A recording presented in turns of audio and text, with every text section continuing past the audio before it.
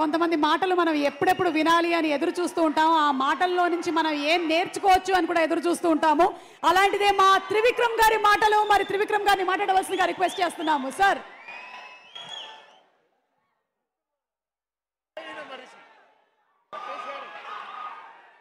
అందరికీ నమస్కారం.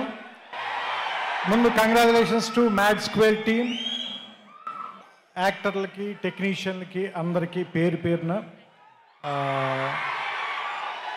మన ఇంటి ఫంక్షన్లో మన వాళ్ళని మనమే పొగుడుకోవడం అనేది కొంచెం ఇబ్బందిగా ఉంటుంది. అందుకని నేను ఎక్కువ మాట్లాడట్లేదు.